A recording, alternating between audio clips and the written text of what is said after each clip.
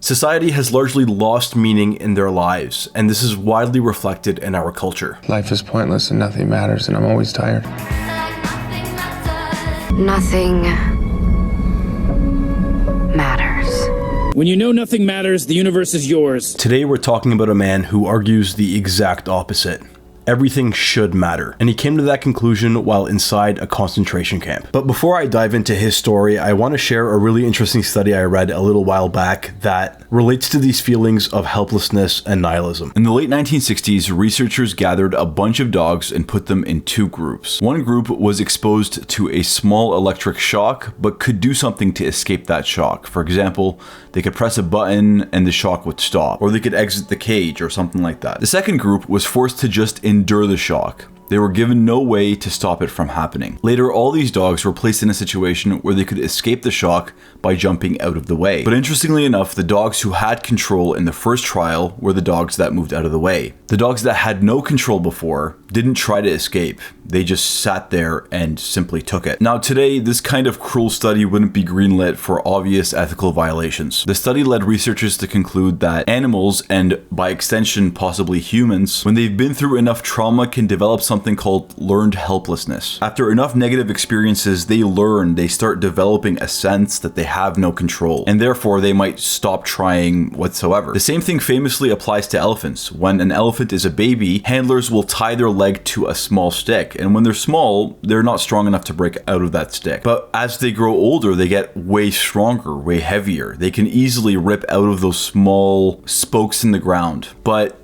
they don't. They, over their entire life, are trained to know that that small stick is strong enough to hold them back. So even after they grow strong enough to break out of those restraints, they don't. So the theory is quite simple. After enough negative experiences, people carry the feeling they get from helpless situations into other situations where they might not be helpless. I learned about this study in university, and it was always interesting to me, until I read the work of a man named Viktor Frankl. He's a clinical psychologist who survived the Holocaust, a man who lived through and survived the most helpless of situations. Frankl himself argues that even in the most helpless situations, in the most hopeless circumstances, man can find meaning in his suffering. And he argues that meaning is what keeps human beings going, even inside a concentration camp. Now, Sigmund Freud argues that humans are driven by a will to pleasure. Adler argues it's a will to power. But Frankl argues they're driven by a will to meaning, and I'll explain what he means by that. In his book, Man's Search for Meaning, he details the horrific conditions inmates had to go through,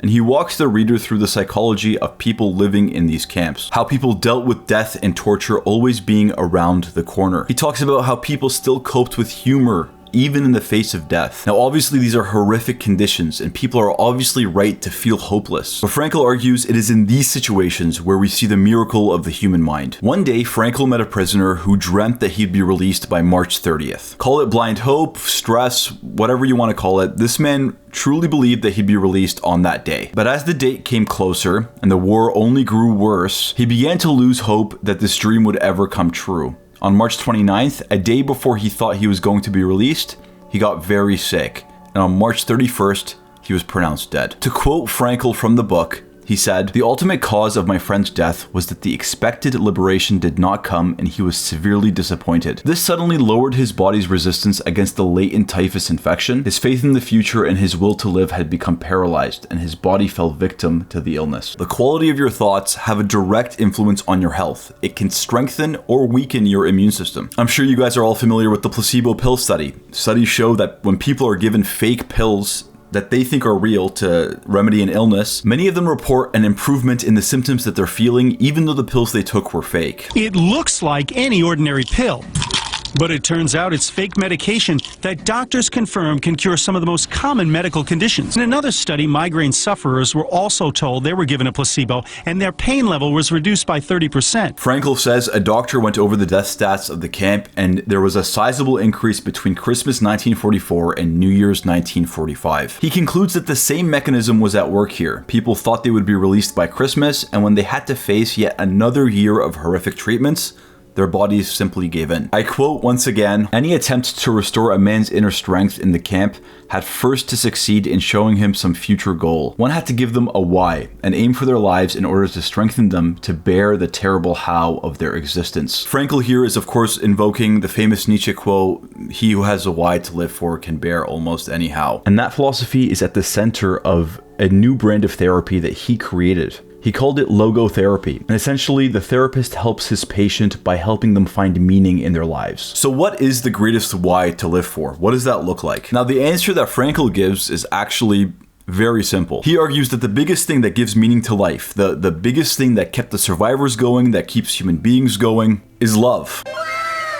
I know that sounds very Disney and overly simplistic, but sometimes the truth is beautiful in its simplicity. To be clear, he doesn't mean romantic love only. He argues that all kinds of love of any kind, is the highest form of meaning that human beings can strive for. And once again, that doesn't mean pleasure. That doesn't mean striving for things that feel good in the moment. Deep-seated, long-term satisfaction is what he's talking about. The love of God, loving your spouse, the love of your kids, the love of playing drums or finding meaning in creating art, whatever it is for you.